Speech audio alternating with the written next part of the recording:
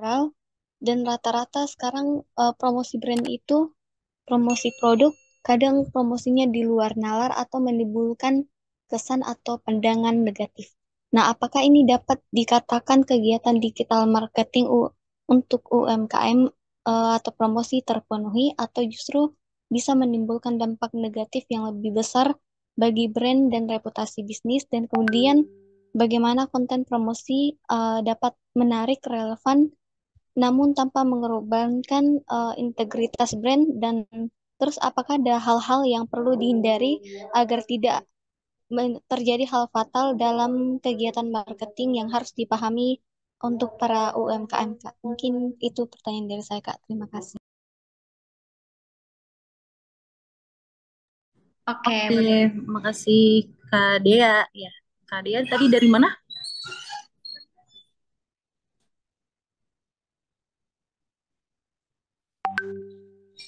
halo Kak Dea. Dari mana Kak? Iya, Kak.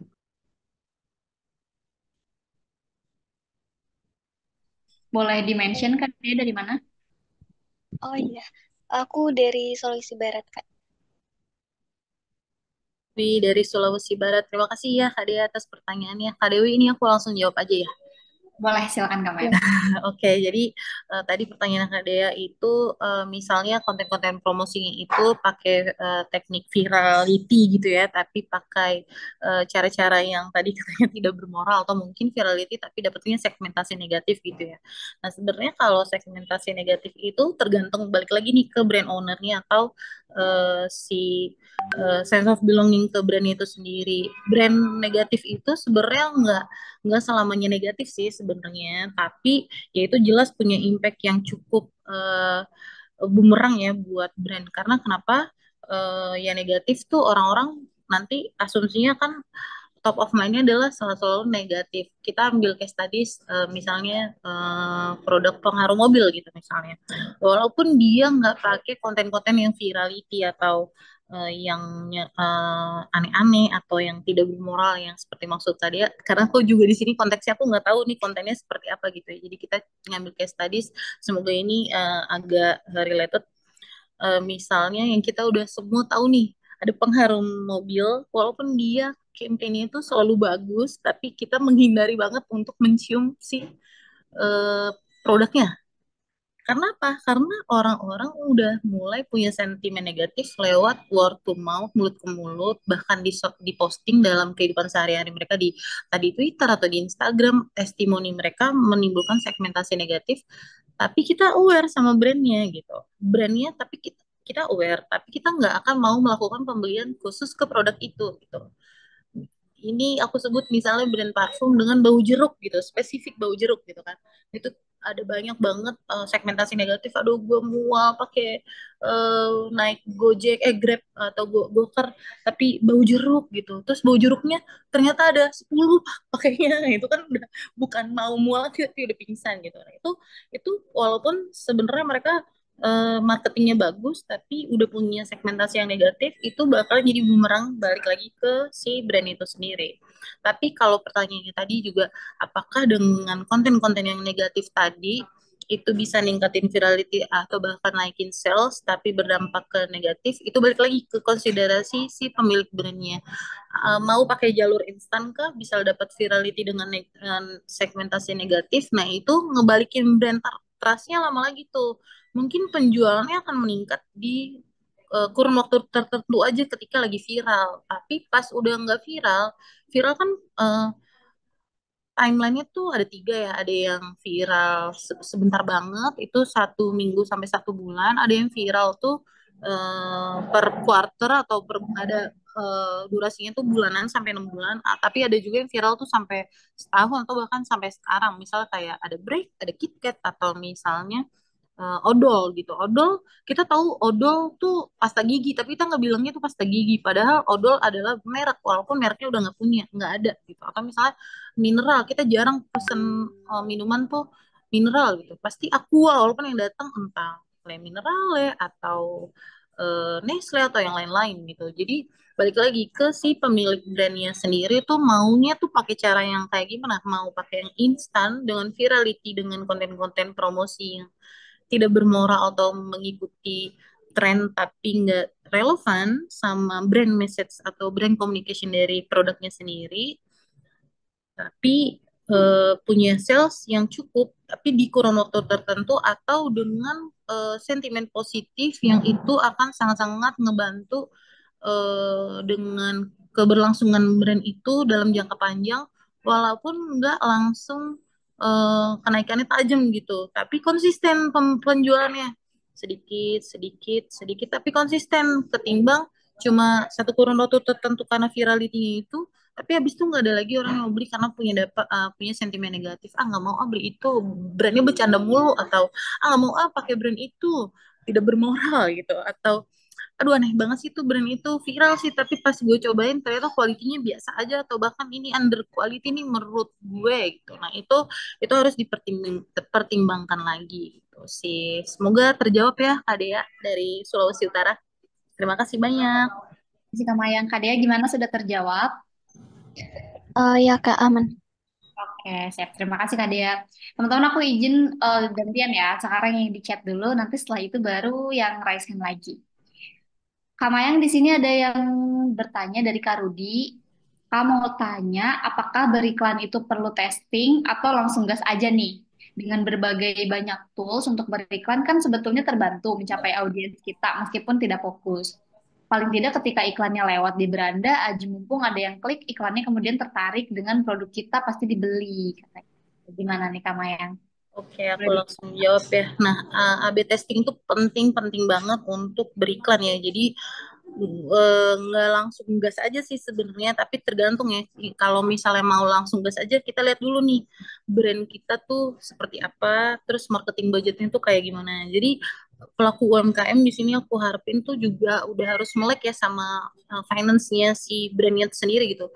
Jangan pas mau kita keluarin spend budget ads tapi aduh besok buat produksi dan lain-lain tuh gimana ya, maksudnya kita juga harus punya spare sendiri untuk ads gitu. Jadi kalau ternyata nanti hasilnya belum sesuai atau ternyata kita pas lagi melakukan testing terus kita harus ada selain A tes ada harus ada B tes sampai Z tes. Nah, itu tuh kita juga udah punya spare budgetnya. Jadi itu tidak mengganggu marketing budget yang lain, misal untuk marketing produk, budget produksi, misal atau budget sosial media atau budget yang lain-lain lah ke yang tidak mempengaruhi produk gitu.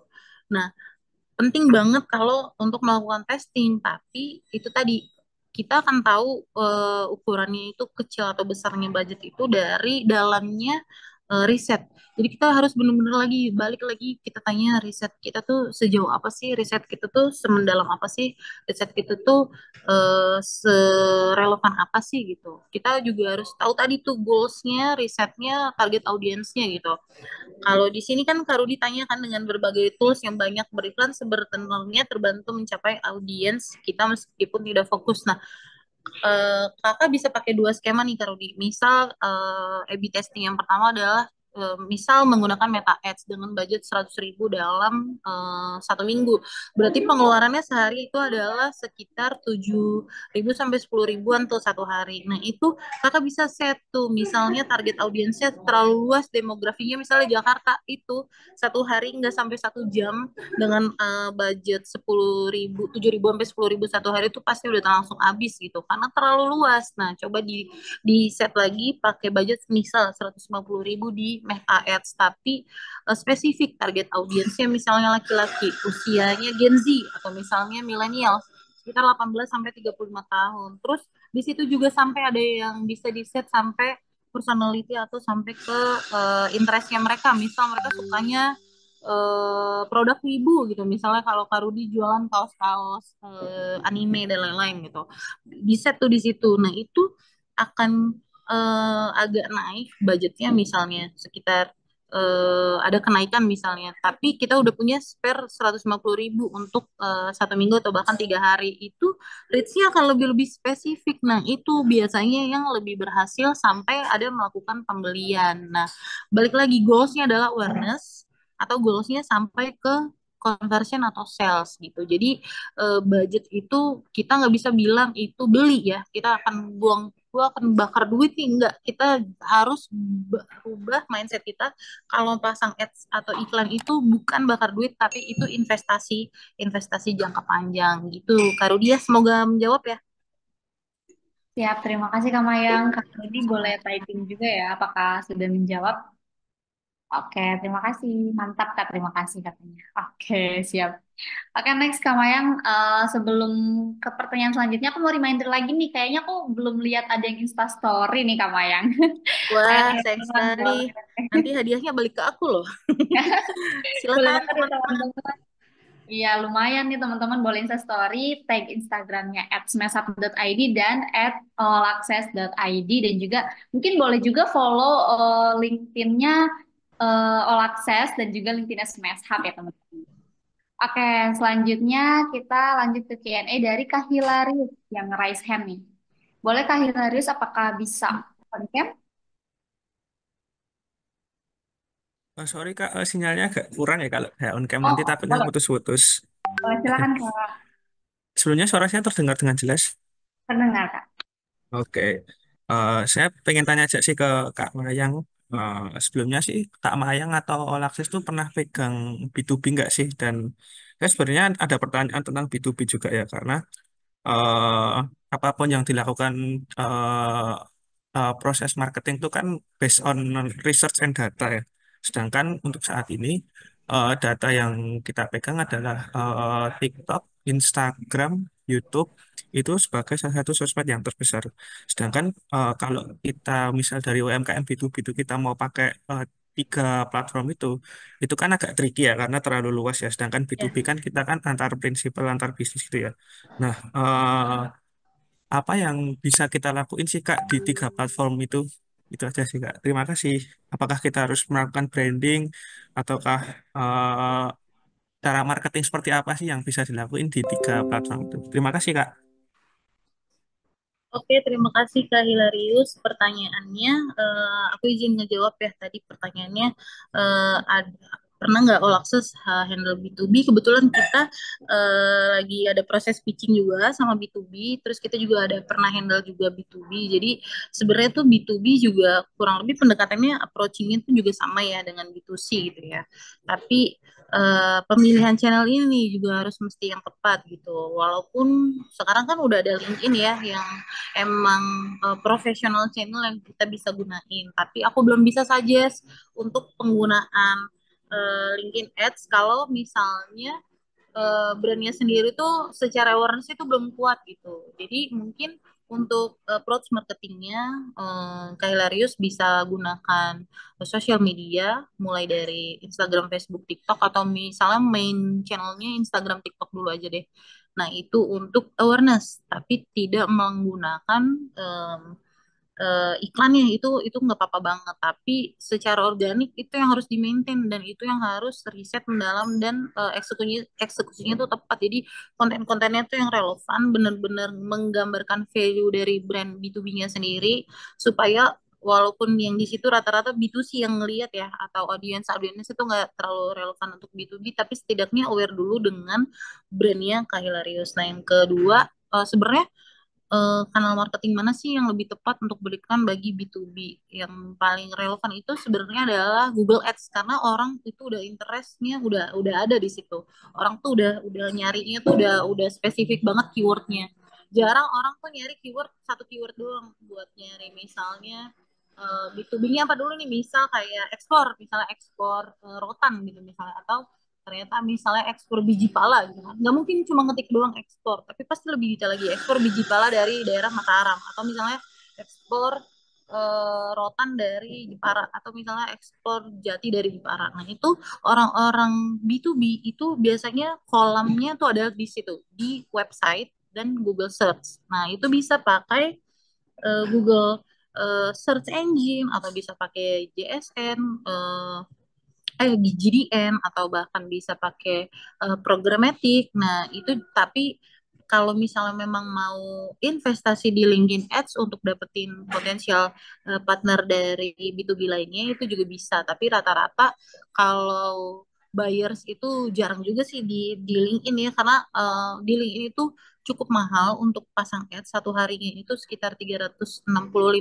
satu ads, dan itu tuh reach-nya agak rendah. Jadi kalau misalnya LinkedIn itu udah opsi terakhir deh, tapi masih banyak kanal-kanal marketing yang lain untuk beriklan itu bisa optimasi lewat Google Search atau programmatic gitu. Tapi kalau misalnya mau Kak, aku kayaknya consider deh untuk pakai budget yang sedikit. Nggak apa-apa, bisa pakai Google Search, tapi juga harus dioptimasi, disupport juga lewat SEO. Jadi benar-benar website itu udah harus di-revamp. Websitenya di situ harus clear, siapa si pemilik brand ini, about us-nya tuh kayak gimana, terus informasi tentang jasa atau produknya tuh harus detail di situ, atau bahkan juga bisa mungkin taruh juga link-link produknya yang mungkin nanti akan direct ke e-commerce, atau misalnya juga ngasih value propositionnya nih yang tadi juga aku sempat sebutin, misalnya bisnisnya itu lebih lebih menggambarkan misalnya dengan kedekatan isu sosial, misalnya ini kita melindungi alam nih, pembuatannya tuh nggak merusak alam, atau merangkul petani atau pengrajin dari daerah-daerah. Jadi itu sih saran aku so far untuk B2B, Kak Hilarius. Semoga menjawab ya. Oke Kak, mau tanya saya lagi sih. Ya, Berarti kalau kita mau pakai platform eh, TikTok, Instagram tuh yang itu kan basic lah ya, kita ya. harus punya. Itu berarti kita di situ cuman branding sama kita nekenin value dari perusahaan kita biar Ya, jadi branding itu aja ya. ya betul. Jadi itu tadi yang aku bilang ya. Jadi awareness itu nggak cuma sekarang doang kita lakuin. Dan awareness tuh nggak bisa satu kali doang kita lakuin. Awareness itu selama kita punya brand itu, selama itu juga kita harus melakukan awareness. Jadi nggak mungkin cuma 100 kali kita sebut. Nggak mungkin cuma dalam kurun waktu dulu, waktu tertentu doang kita lakukan awareness. Awareness itu selama brand itu berdiri, selama brand itu juga kita harus melakukan awareness. Jadi kayak misalnya kita udah sering banget tahu banyak brand kayak makanan kesukaan kita semua, Indomie gitu. Indomie tuh udah sangat-sangat top of mind banget. Kalau kita mau makan mie instan udah pasti Indomie, walaupun banyak varian. Tapi sampai detik ini, sampai hari ini, Indomie nggak pernah berhenti untuk melakukan marketing-marketing, mau marketing 4.0, marketing 3.0, sampai marketing 6.0 tuh mereka masih lakukan, karena mereka masih mau ngejaga relevansinya brand mereka masuk ke awareness, tetap masuk di tahap awareness gitu kan, karena generasi banyak ya, generasi ya. Mungkin sekarang Gen Z, menurut Indomie, Gen Z lebih suka mie yang pedas-pedas ya kan, seblak lah, apalah apalah, terus melupakan si Indominya goreng sendiri. Makanya Indomie berinovasi dengan bikin Indomie seblak, Indomie bla bla bla jeletot, Indomie lalalili, yang pedas-pedas deh, kesukaan Gen Z gitu. Nah, itu dia set value propositionnya dia. Walaupun sebenarnya kita udah tahu si Indomie ini udah top of mind kita banget, kayaknya dia nggak perlu deh pakai bikin brand awareness. Atau aku ambil case studies lagi, misal Le Minerale, yang kita juga udah tahu ya kan, ada rasa manis-manisnya, cuma pakai brand communication gitu doang, orang tuh udah sangat menyantol, gue tahu itu pasti minuman yang manis-manis itu. Tapi kita mungkin pesennya ke orang nggak, mas aku pesen minum dong yang ada manis-manisnya, kan nggak mungkin kayak gitu. Pasti kita tetap bilangnya, mas pesan aku aja satu, walaupun yang datang Le Mineral ya kan. Nah, itu Le Mineral branding dimanapun, lewat kanal marketing sosial media, lewat MRT, sekarang MRT brandingnya, marketing LRT brandingnya Le Mineral ya. Jadi itu untuk apa branding itu? Untuk awareness. Mereka brand besar pun masih melakukan fase awareness untuk ngejangkau orang yang lebih luas lagi, yang lebih dalam lagi, sampai selalu ada di top of mind mereka. Itu sih, Kak Hilarius. Semoga terjawab ya. Ya, terima kasih banyak ya Kak insight-nya. Sama-sama. Thank you. Siap, sama-sama Kak. Oke, kita lanjut lagi ke pertanyaan yang ada di chat box. Yang nanti mau raise hand boleh nanti selain ya. Dari Kak Fania nih, Kak Mayang. Apakah digital marketing juga memperhatikan perubahan algoritma sosial media atau marketplace? Kalau iya, bagaimana caranya mengikuti atau beradaptasi dengan beberapa perubahan algoritma, Kak? Algoritma itu sendiri apakah berpengaruh ke KPI kita, Kak? Pertanyaannya seperti itu. Ini ada Kak Fanianya nih, mungkin Kak Fania udah aku bacakan. Mau gabung bareng sama Kak Mayang, silakan ya. Halo Kak Mayang, Halo, Kak Fani. tetangga kita ya. Iya. Kak, aku masih baru di dunia digital marketing. Tapi aku kan ngeliatin kayak di media sosial tuh kan ada algoritma ya, Ya, perubahan betul. hampir tiap hari ya, atau mungkin ada Hampir, dalam waktu tertentu gitu kan. Nah, betul. itu kita sebagai digital marketing itu gimana cara kita untuk menyesuaikan dengan algoritma sosial media itu, Kak? Nah, algoritma itu bener tuh tadi itu tuh berubah setiap saat. Mungkin kalau Google per 3 bulan, Meta per 6 bulan, tapi nggak sekarang tuh digital tuh 24 jam berubah terus-terusan. Yang viral kemarin viral, seandainya bla bla bla, terus kayak Gala Bunga Matahari udah lewat, sekarang Bernadia, mungkin sekarang Bernadia udah lewat, terakhir kemarin Labubu ya kan. Nah, itu kan juga kan fase dari algoritma ya. Nah, Kak, gimana caranya si digital marketer ini bisa align sama algoritma itu ya satu banyak-banyakin riset gitu kan. Nah, digital marketer tuh udah hidup itu di dalam kanal digital, mau itu sosial media manapun, mau yang emang kita interest spesifik misalnya cuma sosial media atau marketplace apa. Kalau marketplace emang aku jujur cuma secara general aja ya, aku kurang kurang kurang paham kalau terlalu in detail gitu, tapi marketplace sendiri juga sebenarnya kalau secara algoritma itu nggak terlalu signifikan, tapi yang membebankan UMKM dari marketplace itu adalah biaya admin dan lain-lain. Itu tuh yang bakalan bikin performance-nya si tokonya itu sendiri yang terimpact gitu kan. Nah, kalau pertanyaannya kan gini ya, kalau iya bagaimana cara mengikuti atau beradaptasi dengan perubahan algoritma itu tadi Kak, banyak-banyak riset, terus banyak-banyak juga melek gitu. Misalnya kayak sekarang kita udah bisa mungkin teman-teman di sini juga udah mulai aware kalau di Instagram Reels itu viewsnya kalau bukan yang konten kreator atau followersnya yang udah mikro itu pasti bakalan susah banget dapetin views, pasti di bawah 1.000, sangat-sangat rendah, atau bahkan bisa dapat views yang cukup lumayan tapi harus bikin storyline itu yang sangat-sangat menguras akal gitu. Aku harus bikin storyline yang uh, clear nih, di 5 detik pertama tuh harus kayak gini nih ngehook dan lain-lain yang ada storytellingnya gitu. Tapi storytelling tuh ternyata nggak cukup nih di Reels, karena ternyata algoritma Reels sorry, Instagram adalah seorang karusel. Dia balik lagi ke karusel. Karusel post sekarang lebih banyak impressionnya atau reach-nya ketimbang video, karena dia udah nggak compete lagi sama TikTok. Nah, beda dengan ByteDance nih, si TikTok sendiri itu sekarang walaupun dia punya video format yang lebih lama, bahkan 1 menit, bahkan lebih dari 1 menit ya ada ya. Nah, itu tuh dia feature sama AI manapun deh, mau CapCut dan lain-lain, KineMaster dan lain-lain, yang biasanya sih CapCut ya. Nah, itu tuh semakin kita niat bikin konten di TikTok, semakin sedikit viewsnya. Nah, semakin kita ugly editingnya dan lain-lain itu bakal atau lebih storytelling itu malah bakalan meningkat deh tuh viewsnya, bakalan lebih banyak. Dan ketika kita menggunakan fiturnya TikTok itu views kita maka bakalan lebih lebih naik dibandingkan video-video kita yang menggunakan feature dari AI lain ketimbang AI-nya sorry, fiturnya TikTok, misalnya feature di thumbnailnya atau bahkan dari soundnya kita udah ekstrak duluan di eh, AI aplikasi lain tapi nggak di TikTok. Nah, itu biasanya faktor-faktor itu yang mempengaruhi konten kita nggak bisa inline sama algoritmanya si platform itu sendiri gitu. Nah, pertanyaan terakhir dari Kak Fania adalah kan algoritma itu sendiri apakah berpengaruh nggak sih Kak ke KPI kita? Jelas berpengaruh ya, tapi KPI itu tuh nggak angka yang mati gitu. KPI itu angka estimasi.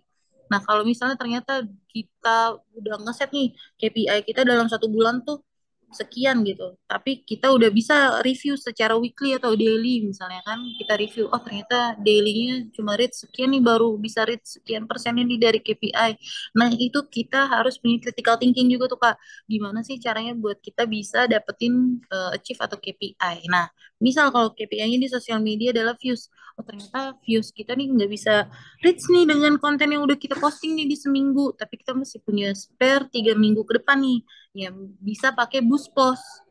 Kita bisa pakai boost post. Nah, itu kita bisa lagi ngetrace tuh dari akun di dalam akun itu konten-konten mana aja yang punya performance yang bagus tapi belum menyentuh KPI, kita bisa pilih performance yang better untuk kita jadikan boost post. Nah, itu biasanya kalau udah punya cukup bagus performance-nya, boost postnya itu harganya akan lebih murah gitu. Semoga menjawab ya Kak Fania. Kak, aku boleh nanya satu lagi nggak? Enggak, boleh boleh. Silakan Pernah silakan. nemu akun mati nggak Kak terkait itu, terkait digital marketing sosial media gitu? Kenapa? Akun akun mati yang nggak bisa diapa-apain gitu. Mau posting berapapun tuh tetap aja nggak dapet jangkauannya gitu. Akun mati itu maksudnya di ban atau gimana? Jadi misalnya kita udah coba ads, tapi misalnya kita pakai akun yang kita biasa nih, ads-nya tuh jangkauannya lumayan luas gitu. Tapi kalau yang akun ini tuh jangkauannya paling di bawah 10 gitu. Nah, itu harus dicek dulu tuh di akunnya. Biasanya tuh si platformnya tuh ngasih spill tuh kenapa akunnya tuh nggak bisa dapet reach yang lebih luas gitu. Itu bisa dicek tuh dari misalnya bionya atau isi kontennya atau pernah melakukan pergantian akun namanya berapa kali atau misalnya usia akunnya juga masih sebentar terus udah melakukan banyak tindakan-tindakan yang melanggar TNC-nya si platform itu misalnya violation dan lain-lain atau ya aku nggak tahu ya background si akunnya sendiri gimana tapi banyak banget faktor sih kak yang bisa ngebikin status akun itu tuh jadi mati gitu sama halnya misalnya kayak akun bisnis gitu kita nih misalnya si pelaku UMKM tadinya pakai akun pribadi ya kan emailnya pribadi. Terus dulu kita postingnya muka-muka kita selfie-selfie di puncak gitu kan terus tiba-tiba posting kita jualan karpet gitu nah itu tuh juga nggak akan bisa dapetin langsung reach yang langsung luas karena akunnya sendiri secara algoritma sudah dibaca sebagai personal account yang behaviornya tuh jalan-jalan, behaviornya posting-posting makanan. Kok tiba-tiba nih akun posting karpet sih gitu. Si si engine-nya platform ini sendiri juga dia masih ngebaca nih ini bakalan kayak gimana nih ke depannya. Apakah dia akan balik lagi ke personal account atau tetap konsisten dengan bisnis account. Nah, makanya suggestion-nya adalah kan bikin bisnis account baru gitu dan hindarin pembelian followers untuk bisnis account karena itu sangat-sangat buruk banget dampaknya kita nggak akan bisa dapetin meta verified kalau kita melakukan pembelian followers dan sekarang tuh followers banyak itu tuh nggak menjamin awareness kita tercapai nggak menjamin sales kita gacor gitu nggak menjamin ads kita nggak boncos gitu jadi impactnya tuh sangat-sangat banyak banget untuk pengelolaan akun gitu. Semoga menjawab ya kan Fania. Terima kasih kamu yang menjawab banget, makasih. Sama-sama. Kasih. Oke, selanjutnya kita lanjut lagi ke pertanyaan di kolom chat. Ada dari Kak Zaid. Kak, gimana caranya kita tuh ya ngubah hasil analisis iklan yang udah kita dapat jadi tindakan nyata buat ningkatin penjualan atau bikin kampanye kita makin mantap? Gitu katanya Kak Mayang. Boleh dijawab ya Kak Mayang? Mudah-mudahan Kak Zaid masih ada ya. Oke Kak, silakan. Oke, halo Kak Zaid. Kak, ini pertanyaannya ini ya. Apa agak-agak susah tapi nggak apa-apa Bismillahirrahmanirrahim. Jadi sebenarnya tuh ngubah analisis iklan itu tergantung sama si yang ngebaca analisisnya nih Kak. Jadi kalau analisis itu kan banyak banget ya matriksnya dan itu tuh kita nggak bisa punya satu definisi doang gitu dari si matriksnya tersebut.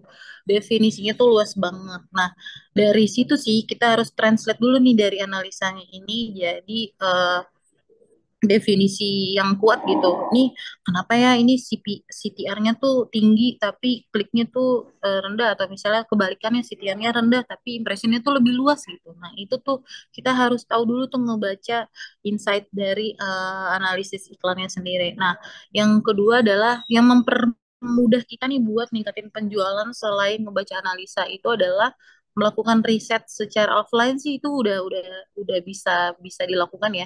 Misalnya mungkin observasi gitu observasi aja nggak perlu tanya-tanya dulu observasi dulu nih eh, dengan target audiens di sekitaran kita dulu aja misalnya produknya adalah sabun bayi gitu ya udah kita observasi dulu oh ternyata ibu-ibu eh, bayi-bayi itu dibeliin ibu-ibunya tuh sabun yang aman di kulit nggak ada BPA-nya terus nggak ada silikonnya dan lain-lain itu kita observasi dulu secara offline gitu nah bisa lagi dengan canvassing atau langsung tanya interview prosesnya kita tanya-tanya dulu oh kemarin sempet nggak sih nggak usah jauh-jauh misalnya di keluarga sendiri kemarin sempet nggak sih terpapar dengan iklan yang gue set nih, bla bla bla segala macam. Nah kalau misalnya mereka jawab iya terpapar, tapi gue nggak menarik, ya itu kita bisa gali lagi. Kenapa ya lo nggak sampai klik pembelian? Kenapa ya? Misalnya feedbacknya adalah oh iya kontennya kurang relevan ya sama gue, masa kontennya kurma, gambarnya onta gitu, misalnya ya kan? Atau kita bisa tanya ke orang-orang terdekat tentang beriklan. Gimana sih kalian sama frekuensi iklan yang sering muncul di sosial media kalian tuh, kalian nyaman atau enggak gitu? Itu buat ngambil survei-survei yang kayak gitu tuh, itu tuh sangat-sangat penting banget. Jadi selain kita bisa data driven dari big data, itu kita juga bisa sebenarnya amplify dari small data. Jadi kita juga nggak bisa ngelupain small data, itu tuh juga sangat-sangat penting untuk keberlangsungan digital atau UMKM. Semoga ngejawab ya Kak Zaid. Terima kasih Kak Mayang. Kak Zaidnya masih ada sih, mudah-mudahan tadi nyimak ya. Terima kasih. Kami kita kayaknya ada 3 pertanyaan terakhir nih, mungkin waktunya udah nyepet ya. Aku izin langsung bacakan yang Kak Sekar. Aku ada bisnis, ada di area Jateng dan Jakarta. Nah, udah jalanin ads pakai fitur boost Instagram dengan custom audience sesuai interest dan lokasi Jateng selama 3 bulanan. Tapi hasil dari audiens dari analitik Meta tetap wilayah Jakarta itu selalu nomor 1. Kira-kira itu kenapa ya, Kak? Apakah ads tetap bisa ke-delivered dengan baik? Mungkin case-nya seperti itu, Kak Mayang, yang Kak Sekardino boleh silakan dijawab, Kak. Oke, jadi bisnisnya ada dua ya di daerah Jateng dan Jakarta, tapi udah pakai fitur boost Instagram, custom audience dan lain-lain, itu masih tetap analitiknya tuh wilayah Jakarta nomor 1. Kalau boleh tahu Kak, Sekar ini Jatengnya di posisi berapa ya? Oh, Kak Sekar masih ada. Boleh Ya deh ya. typing atau juga di unmute, Kak Sekar? Boleh unmute atau di chat di kolom juga nggak apa-apa. Oh, ini chat. Masih Mas, di 3 atau 4. Oke.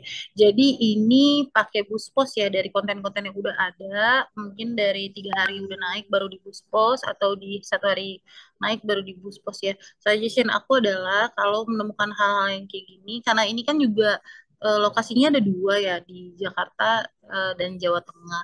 Mungkin dari si konten-konten sebelumnya atau akunnya sendiri itu presensinya emang udah lebih banyak, secara akunnya itu emang dapat jangkauan atau audiensnya tuh emang udah lebih banyak di Jakarta. Jadi otomatis si iklannya ini sendiri, boost postnya sendiri yang tadinya udah ngecakup dari akunnya Jakarta, malah tambah luas lagi di daerah Jakarta. Jadi tetap si Jatengnya tuh di posisi 3 atau 4 gitu. Mungkin suggestion dari aku, eh, besok atau kakak mau setting ads itu bukan dari boost post kak, jadi langsung dari metanya langsung, dashboardnya. Jadi itu langsung pakai untuk setting ads-nya, jadi nggak pakai boost post lagi. Nah, itu langsung tuh di set di situ Jawa Tengah sebagai audiens yang paling utama, dan lain-lain demografinya menyusul sampai sespesifik mungkin yang related sama produk kakak. Nah, itu biasanya kalau bukan boost post itu tuh lumayan tuh kurang lebih akan sama hasilnya dengan yang apa yang udah kita set. Tapi balik lagi, kita juga harus ngebedah dulu nih akunnya, reach-nya tuh udah sejauh mana. Karena yang kayak gitu tuh biasanya berpengaruh dari akunnya, balik lagi ke akunnya. Kalau akunnya aja satu nggak dibikin separate, si service Jawa Tengah juga masih ada di akun yang punya service di Jakarta, otomatis si mayoritas ini yang bakal tetap menguasai. Jadi tetap si Jawa Tengahnya jadi minoritas gitu. Tapi strategi yang eh, paling mendekati adalah jangan pakai boost post. Jadi harus benar-benar set iklannya itu dari meta ads-nya langsung, dan itu bukan boost post, itu langsung ke ads-nya gitu. Itu sih Kak Sekar, semoga menjawab ya. Oke, terima kasih Kak Mayang. Kak Sekar semoga menjawab. Oke, kita lanjut ke pertanyaan selanjutnya. Ini ada dari sebentar Kak. Oh, di apa? Oke, Holisna Fatinatur. Jadi dalam kasus teman saya yang seorang content creator, dia menggunakan TikTok Ads untuk menjangkau banyak penonton di videonya. Tapi setelah dia tidak menggunakan TikTok Ads, viewersnya jadi turun. Jadi menurut teman saya, TikTok seakan menuntut teman saya untuk terus menggunakan TikTok Ads. Karena ketika teman saya tidak menggunakan, viewersnya turun. Berdasarkan pengalaman teman saya yang ingin menggunakan TikTok Ads tentu maju mundur. Gimana ya Kak solusinya? Gitu. Kamu Oke, yang. ini Kak Kolisna ya, makasih pertanyaannya. Kak Kolisna, ini kan kasusnya konten kreator ya. Nah, pertanyaannya yang aku highlight adalah Kak Kolisna tuh juga pengen pakai TikTok Ads, tapi masih maju mundur. Nah, balik lagi nih ke goalsnya kakak. Kakak mau dapetin awareness kah untuk videonya kakak? Tapi mau itu akan signifikan langsung di hari itu nggak apa-apa kakak pakai lagi TikTok Ads tapi resultnya udah seperti yang akan kita duga mirip dengan kasus teman kakak yang konten kreator pakai TikTok Ads tapi setelahnya akan turun drastis jadi memang si platform-platform ini akan mengedepankan fiturnya mereka dulu mereka makanya ngejual ads karena bagaimana berkompetisi secara algoritma itu memang susah-susah gampang gitu. Kecuali kita emang udah punya needs-nya, kita udah punya target audiensnya kumpul tuh di akun kita dan kita memang relevan sama sesuai dengan target audiens kita yang follow kita gitu. Atau konten-konten yang kita bawa tuh related gitu atau relevan gitu. Nah, itu suka dukanya pakai ads gitu ya. Pakai ads tuh pasti impactnya akan sangat-sangat baik gitu di kurun waktu tertentu. Tapi ketika kita balik lagi lewat jalur organik, wah kita harus gerilya lagi. Betul, tak kalau uh, goalsnya adalah awareness, goalsnya adalah viewers. Nah, kalau viewers itu tuh kalau karena TikTok Ads juga kan eh, faktornya juga banyak yang seperti tadi aku juga sempat info adalah konten kreatifnya, ugly kontennya, less editingnya, pemakaian feature TikToknya. Nah, kalau dari eh, viewsnya juga udah di boost lewat ads, terus balik lagi ke organik, itu sangat-sangat jauh hasilnya sudah pasti. Itu udah harga mati sih, maksudnya itu bukan rahasia umum lagi gitu. Tapi bagaimana supaya bisa balik lagi ke viewsnya frekuensi posting udah jelas kita harus naikin yang kedua adalah balik lagi ke relevansi konten-kontennya gitu terus ikutin tuh biasanya kalau konten kreator di TikTok itu di bawahnya tuh ada kayak konten creator suggestion gitu misalnya ada ideation dari si platformnya sendiri dari TikToknya tuh apa-apa aja sih yang lagi tren mulai dari voice-nya, tipe kontennya, lagunya, captionnya, dan lain-lain. Nah, kita juga harus join competition supaya secara organik kita juga bisa stabil lagi tuh secara views gitu. Terus coba hindarin dulu di kurun waktu tertentu untuk tidak menggunakan ads kalau mau tetap secara organik. Nah, tapi kalau nggak jawab pertanyaannya ke Kolisna, mau menggunakan TikTok Ads, aku balik lagi pertanyaannya ya. Kalau ternyata goalsnya kakak adalah buat dapetin awareness, aku suggest-nya sih tidak pakai TikTok Ads. Kalau kakak bukan brand ya, karena konten creator gitu. Sebaik-baiknya adalah menggunakan secara organik aja. Itu kita harus amplify diri kita personal branding sekuat-kuatnya. Apapun yang kita bisa amplify tentang personal branding kita, di situ kita inline mungkin pakai intriguing secara look, terus misalnya juga caption atau versi editingnya dan lain-lain. Faktornya banyak banget. Tapi kalau ternyata target kakak di situ adalah jualan sesuatu jasa atau produk, aku akan sangat-sangat suggest kakak untuk pakai TikTok Ads.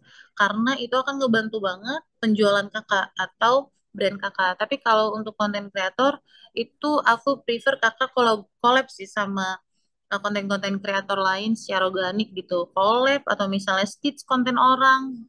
Jadi secara budget juga nggak terlalu banyak spend, tapi untuk algoritma atau si persona akunnya sendiri itu juga nggak terlalu terimpact gitu. Jadi tetap stay organik gitu. Semoga menjawab ya Kak Kolisna. Terima kasih Kak Mayang, Kak Holisna, semoga menjawab ya. Oke, baik Kak, terima kasih penjelasannya sangat membantu. Oke, siap. Terima kasih Kak. Dan ini pertanyaan terakhir nih, Kak Mayang dari Kak Intan ya. Izin bertanya Kak, jika iklan berbayar tidak meningkatkan penjualan, apa yang perlu dievaluasi dan bagaimana agar strategi ini lebih berkelanjutan?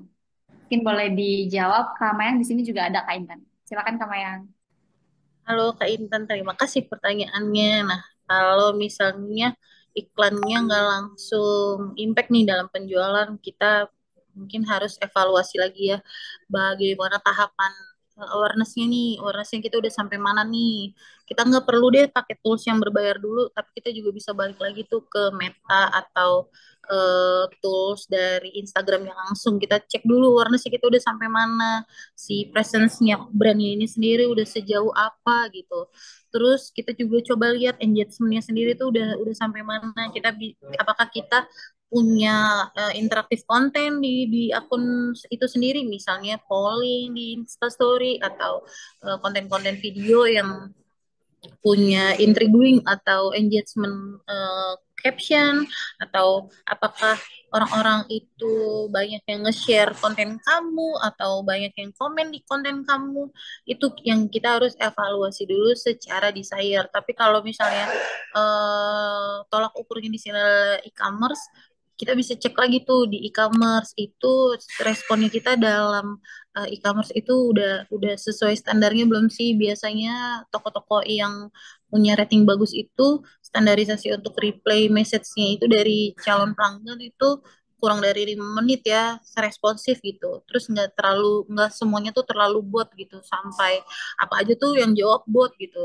Ini dikirim instan sampai jam sekian, kalau nggak sekian udah besok. Nah itu kan biasanya bot kan, udah kita set sama bot. Nah terus misalnya dari etalasenya eh, sebenarnya barangnya udah nggak ready stock tapi kita masih set itu ready stock, itu juga mempengaruhi performance-nya gitu ya. Maaf aku di sini secara konteks kurang kurang tahu penjualan yang tadi dimaksud itu lewat lewat meta platform Instagram atau Facebook atau WhatsApp atau udah join di e-commerce. Jadi ini secara general aja. Jadi banyak harus hal yang dievaluasi, baik itu secara awareness, baik itu secara interestnya, atau bahkan secara desire-nya. Itu tadi kalau secara desire ya apakah orang-orang yang udah add chat di chart, udah taruh di keranjang tapi nggak kunjung klik juga itu pembeliannya, itu kenapa? Itu bisa dicek lagi apakah dari frekuensi kita balas atau ternyata ketersediaan barangnya juga ternyata nggak match sama barang yang ada di gudang, ternyata udah sold tapi masih kita set. Nah itu tuh yang harus kita